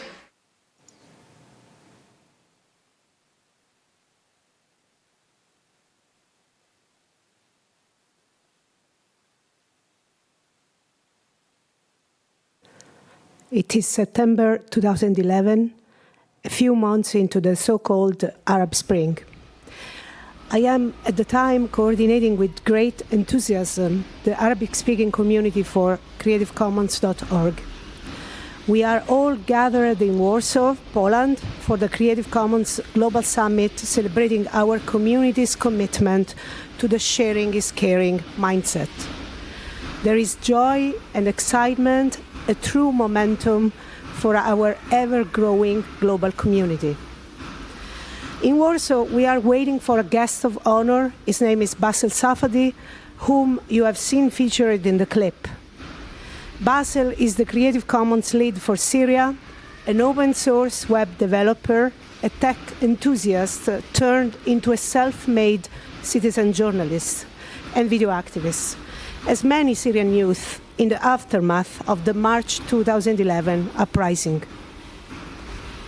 We managed to issue a visa for him, make him travel across the very troubled Syrian-Lebanese border, and get him to Warsaw safely. We cheer and celebrate. The Syrian uprising still looks promising, passionate, filled with hope that a regime change can be achieved with virtuous tactics of civil disobedience and peaceful activism, without spilling too much blood. Yet the rebel side is starting to arm, calling for self-defense against a regime who brutally shoots and tortures peaceful protesters. I tell Basil not to go back to Syria, to stay in Europe, maybe go to Silicon Valley. He gently refuses, saying that he needs to be close to his people. Before traveling back to Damascus, he hands me his hard drive and says, "Copy it." I fear for my life. I also fear for the life of these images. Copy them, put them in a safe place, make them an archive. At the time, just uttering the word archive, or archive as we say in Syrian, would evoke something having the historical dignity of a document, the precious, unique status of a proof. What George Didi Huberman would call the image evidence, carrying the ethical instances of the people who produce the visual material in the firm belief that it would serve to prove the crimes committed against humanity. Archive was about dignity, about the battle for a nation's collective memory, about the fight against being erased from history. Basel disappeared a few months later, likely in an ambush orchestrated by regime forces. We did not get any news of him for a long time. Then he resurfaced in a Syrian jail, where he was eventually executed. The footage he left with me disappeared in thin air, as he predicted in Warsaw. Proprietary platforms deleted Basel stuff from the social web, as much as many other clips depicting regime crimes based on allegations that they would violate community guidelines in representing extreme violence. The faith in a practice of activism that was firmly grounded in representational instances, in the image evidence with its ethical commitment to portray and mirror an external reality, had fallen into despair. Many factors had contributed to this state of despair, though, and not just the presidential forces regaining power on the ground, paired with the absurd removal of those innocent images from the social web, which indirectly supported Assad's narrative of March 15, 2011, not being a revolution, but rather a conspiracy orchestrated by foreign countries to promote regime change in Syria. War and the non-stop visual documentation of the war, what I call the gunshot and the camshot, had turned into daily, trite, mundane activities. They were now routine labor, a source of income. New stuff had thus to be created in order to make a living, a new camera angle, a never-seen-before event, a compelling story, a new filming perspective, new tools, etc., etc. The pixelated, blurry, shaky frames of the immediate aftermath of the uprising were not enough. They were no longer appealing to international publics. At the same time, Syrian images were in high demand, from TV networks that did not have access to the field in Syria, to NGOs and news agencies, and film festival, art venues, where a sort of new wave of Syrian image making had emerged. But also from newly formed battalions in search of likes and shares, makeshift hospitals looking for donors, and rebels seeking to crowdfund to buy sophisticated weapons. These clips, writes Syria specialist Stefan Tarnowski, weren't even primarily representational. They were made and circulated as performative utterances, official communiques of a soldier's defection. They inaugurated the founding of a battalion and the soldier's oath for loyalty to it. They were, to all intents and purposes, contracts. At the same time, the image evidence was in a deep crisis for the rise of a phenomenon that, after Trump, we would describe as fake news. Yet, at the time, it was simply called propaganda versus counter-propaganda. The most infamous exemplification of this, perhaps, is the spiral created when a group of Syrian volunteers, known as the White Helmets, were accused by Assad and his allies of being sponsored by Western governments, produced a short clip for the so-called Mannequin Challenge. In this challenge, participants have to stay still in action like mannequins while they are filmed. Then the clip is posted on the internet under the hashtag Mannequin Challenge. People from all over the world enthusiastically joined the challenge, including celebrities like Britney Spears and Beyoncé, making it trend globally. To gain more visibility to the Syrian cause and show the world how civilians were dying under heavy bombings in an atmosphere of general indifference, the White Helmets made their own Mannequin Challenge, performing the rescue of a man who posed as a corpse and filming it. Uploaded by the group in the belief that it would help make the suffering of Syrian civilians visible and trigger actions from the international community, the result was quite the opposite, in fact. Pro-Assad thugs and their powerful allies, such as the Russian propaganda machine, used the White Helmets mannequin challenge completely out of context to prove that the group had previously faked the rescue operations and that the injured civilians had always been impersonated by actors.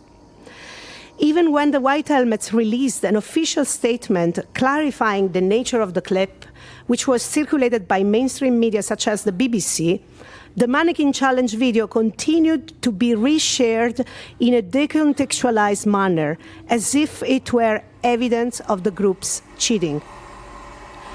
The video had become sticky, resilient by virtue of its circulation.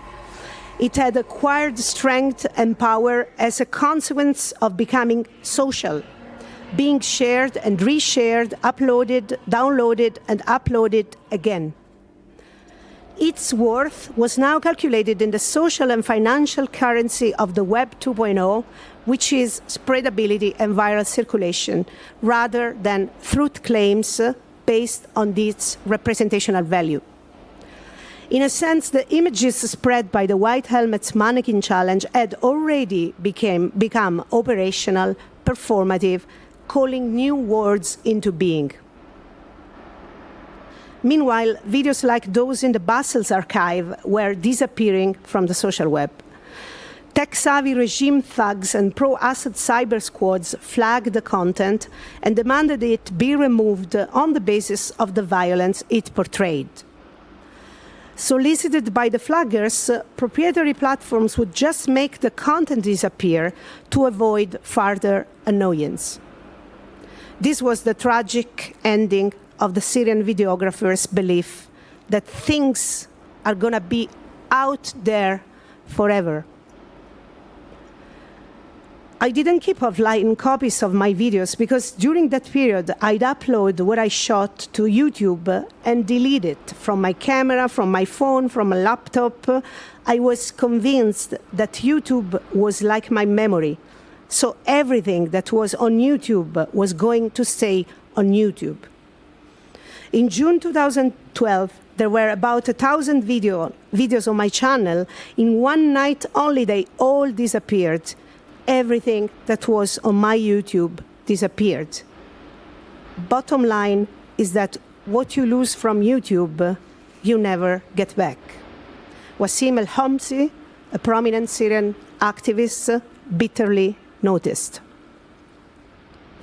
In the excitement for a revolution in the making, activists had forgot or ignored to make physical copies or to think about alternative and non-proprietary archiving platforms, with very few exceptions, such as the Egyptian collective Mosirin. In the euphoria of filming for a collective we, they had forgot about copyright, ownership, intellectual property. Everything was, if not Creative Commons or copyleft, happily released in the public domain without too much thinking, in the urgency of the revolution in the making. The very same triumphant, once revolutionary images had become, all of a sudden, orphan images, with no maker, no source, floating into the void, being at the mercy of people sitting in Silicon Valley who very likely knew nothing about Syria. The Arab Spring, Syria, after embodying the quintessential case study for revolutionary virality 2.0, sentences the end of networked activism as we knew it. As those social movements have descended into fully fledged chaos in the restoration of old and even harsher forms of autocratic regimes, I think of Egypt, for example, or in civil wars and distractions like Syria, and are slowly withdrawing in the once upon a time of history, what do we make of activism today? Is there still a meaning to tactical media, a domain of action, a field of possibilities? And how does the revolutionary practice of building an archive, a counter-narrative to the power, change in a time where practically everything digital and networked is controlled by tech giants and their infrastructure of feeling, to paraphrase Raymond Williams? What has citizen journalism become in the era of TikTok or War Talk, as some now call the social network after it became the platform to narrate the Ukrainian war in real time? And what happens when concepts that were our guiding light in analyzing visual culture, such as representation, meaning, mimesis, are no longer sufficient to read a too rapidly changing scenario, one where human visual culture has become, as Trevor Paglen writes, a special case of vision, an exception to the rule. Because, as he remarks, the overwhelming majority of images are now made by machines for other machines, with humans rarely being in the loop. Firmly believing in the representational and ethical qualities of the image evidence, Syrian activists had worked to produce the counter-visuality, to borrow Nicolas Mirzoev's term, to the regime-baked visuality. They had performed their right to look and died to do so. Yet, in a time when computation and quantification have become hegemonic and images have turned into operations, diagrams, models, statistical data, how do we shape a counter-visuality if the majority of these operations are hardly detected by the human eye? When we see an image posted on Instagram as just an image posted on Instagram, while in fact it is a powerful activator of a web of information, feeding the algorithm with data on how to identify faces, places, objects, etc., which in their turn get commodified, repackaged, and re-injected in the stream of data capitalism. What do we make of this invisual visual culture, where invisuality stands for the ways in which the machine sees something that we do not get to see as humans, where pretty much all things human have become automated, activating autonomous ways of seeing that are completely independent from the human eye? This situation resembles the sardine can story narrated by Jacques Lacan. Petit Jean, the fisherman, laughs at the philosopher, Jacques, when he sees him staring at the floating sardine can. You see that can? Do you see it? Well, it doesn't see you. Petit Jean laughs at Jacques Lacan. In this very moment we know, though, we can feel that we have already been turned into the all-seen subject that we are looking at. The sardine can now stares at us. We are the picture. If we are abandoning the era of visuality and embracing the era of invisuality, moving away from optical media towards software and data, from pictures towards models and patterns, from vision towards logistics, then also our tactics have to shift. If invisuality becomes the new black, if the platform way of seeing and this visual culture are now hegemonic, then activism and tactical media have to focus not so much on producing counter-narratives and counter-visuality, but rather on targeting the invisual regimes of computational capitalism. I am thinking, as an example, of Adam Harvey's work challenging machine vision, especially his project called the V-Frame, which results, and not by chance, from a collaboration with Hadi al-Khatib and a group of Syrian activists. V-Frame stems from the necessity of having to review an amount of videos denouncing human rights violations that is no longer feasible for the human eye and brain, and can cause vicarious trauma on the top of that. V-Frame has developed a scalable computer vision system for large-scale analysis of video archives to detect illegal munitions and to reduction tools to blur faces, among other things. Similar activist work that targets the invisuality of platforms and the flows by design hidden in computation, quantification, and automation are carried forward by groups such as Mnemonic or Bellingcat, the former focusing mostly on Syria and the Middle East, and the latter being very active these days doing digital forensic investigations in the context of the war in Ukraine.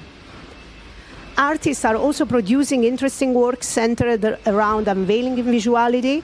Harvey himself, with his Exposing AI, researching on the origins and the endpoints of biometric images datasets created in the wild, and on how the tech industry exploits items released on the web to feed corporate projects of facial recognition. Or Zach Blass' weaponization suit, which stands in defiance against biometric facial recognition by creating collective masks that are amorphous and their computer vision cannot detect as human faces. Or Mark P's camera-shy hoodie, described as a DIY adversarial garment designed to give the user the option to anonymize themselves when facing a surveillance camera. Or Anna Engelhardt and Mark Chinkiewicz project Onset, combining open source intelligence tools and artistic practices to scrutinize Russian neocolonialism and military strategy. Or like our own Joanna Moll and the work with the critical interface politics, and also the work that we saw today, just right before me, by Nick Brice. I mean, this could be the emerging phase of tactical media in computational regimes, where everything is quantified and pumps up the me-media logic, the hypertrophic self, the more hits, views, followers, the better influencers currency, even in the context of a bloody conflict like Ukraine. Challenging the invisuality of the machine means thinking in terms of optics and logistics, vision and data, frames, but also infographics, metrics, and models. It means to think about the archive not just a repository of historical documents, but in a more dynamic way as a chain of custody that can capture the real-time effects of uploading and circulating material over the social web. To think of it as informed by processes such as open source verification and digital forensics. To look at the image not as a just image and not even as just an image, as Godard was saying, but as a complex of operations of labor and property regimes, of legal arrangements that come together with affective attachments, aesthetic claims, and ethical instances. Had Basel lived until now, he probably would have gone back to code. When the Syrian uprising started, he left code to embrace the image, as he thought that visual representation is much more powerful than a bunch of zeros and ones. But I am sure that had he witnessed this rise of computational regimes in visuality taking over the domain of vision, he would have thought that a bunch of good coders are needed now more than ever. Folks who understand what is going on at the machine level, and I'm glad that I come after such inspiring talks. This is really serendipity, because these people have shown that the importance of code. The open software movement seems to be over, but there is a glimpse of hope. Because it was sentenced to death after the GitHub takeover, the cooptation of the best coding minds, the rise of Urbit, the blockchain, etc., etc. And it looked like at some point that there is not so much stuff going on over there. But again, there is a glimpse of hope, judging from what I saw from people speaking before me. So what we need now, if we want to revitalize tactical media, is a generation of new Basels thinking beyond the idea of the image, thinking beyond the idea of a just image or just an image. Thinking not only about images in their plural existence as a conglomeration of commerce, law, technology, and aesthetics, but first and foremost, thinking of non-images and the ways in which they exist on their own, independently from our sight, and yet play an increasingly dramatic role in our daily life.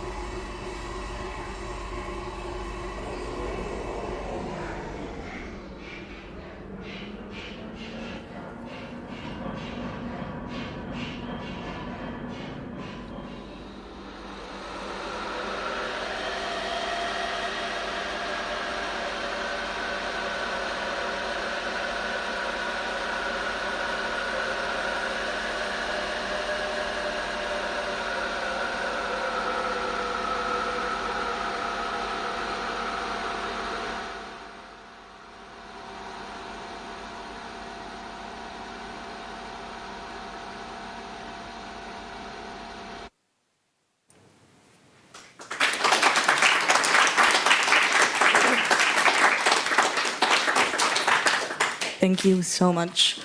We have time for a question, maybe one from the audience if there are any.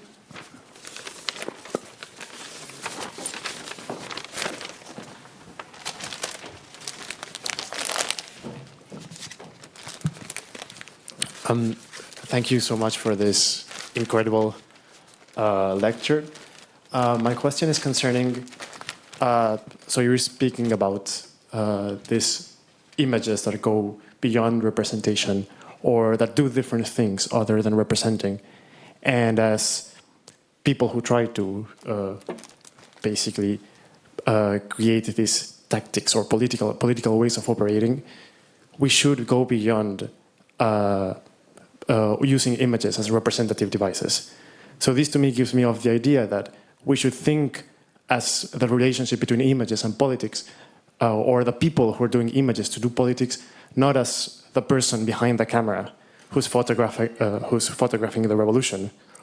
Or to me at least, it's not even like an individual that produces images, but more of in an analogy as network images, we have networked individuals. As a counterpower to these non-images. So this is perhaps my question. What does the political subject that produces not these counter-narratives, but this thing against these machinic images, who is this person or this network of persons, or how does it look like? So the thing is, against the image of the lone photographer, who do we have now? Yeah, thank you for the question. It's a very good question. I mean, I'm thinking about a collective we, for sure. Even if, even in the case of the Syrian uprising, there was definitely a collective we at play. However, they made a lot of mistakes, or perhaps I don't want to call them mistakes. You know, if when you are caught in the unfolding of a revolution, and I was there when the uprising started, so I shared also this excitement and passion, and you know, there's no time to think about it. So even if they were already filming as a collectivity, they forgot about many issues that now should be at the center of the debate, such as, you know, ownership, circulation. I mean, all that pertains the technicality, the affordances of the platform. So definitely the collectivity should be a networked collectivity. And I guess mine is an invitation that not only there is not more such a thing as a lone photographer, but also there is not such a thing as a lone critical analyst or media activist. We should work all together with coders. Again, Basel is an example for me because he was a coder and he transitioned from code to the image because he believed that at the time what was needed was a representational instance, you know, and so he abandoned code to embrace this optical regime of the image. But I think what we need now is a networked collectivity that is aware that we should work together with coders, data analysts, you know, and we should not categorize all, I am, you know, a writer, so I don't deal with code, no. And actually, I'm really glad to come after such good examples that other people have shown, because they show also that the code is accessible. We just need to make a little effort, you know, if we want to understand. I do not see any possibility for tactical media or activism these days if not in collaboration with coders and people like Basel. You know, so we should build this collectivity that is, tactically built around cross-disciplinarity, and we should go beyond an understanding of the image, again, to quote Godard, which is not just an image and not even a just image. You know, because the Syrians were producing the just image. They were convinced that producing a just image would save them and the revolution, and this was not the case. So we go beyond just an image and a just image to embrace all these technical affordances, because otherwise, I'm afraid, other people mentioned this before me, that, you know, now the majority, the bulk of activities online happen at this invisual level, something that we do not get to see as humans, you know. So we need people to work with us as activists to build something that targets politically this invisual regime. Otherwise, I think we're going to have a problem. Yeah. Yes? There is a question in the background.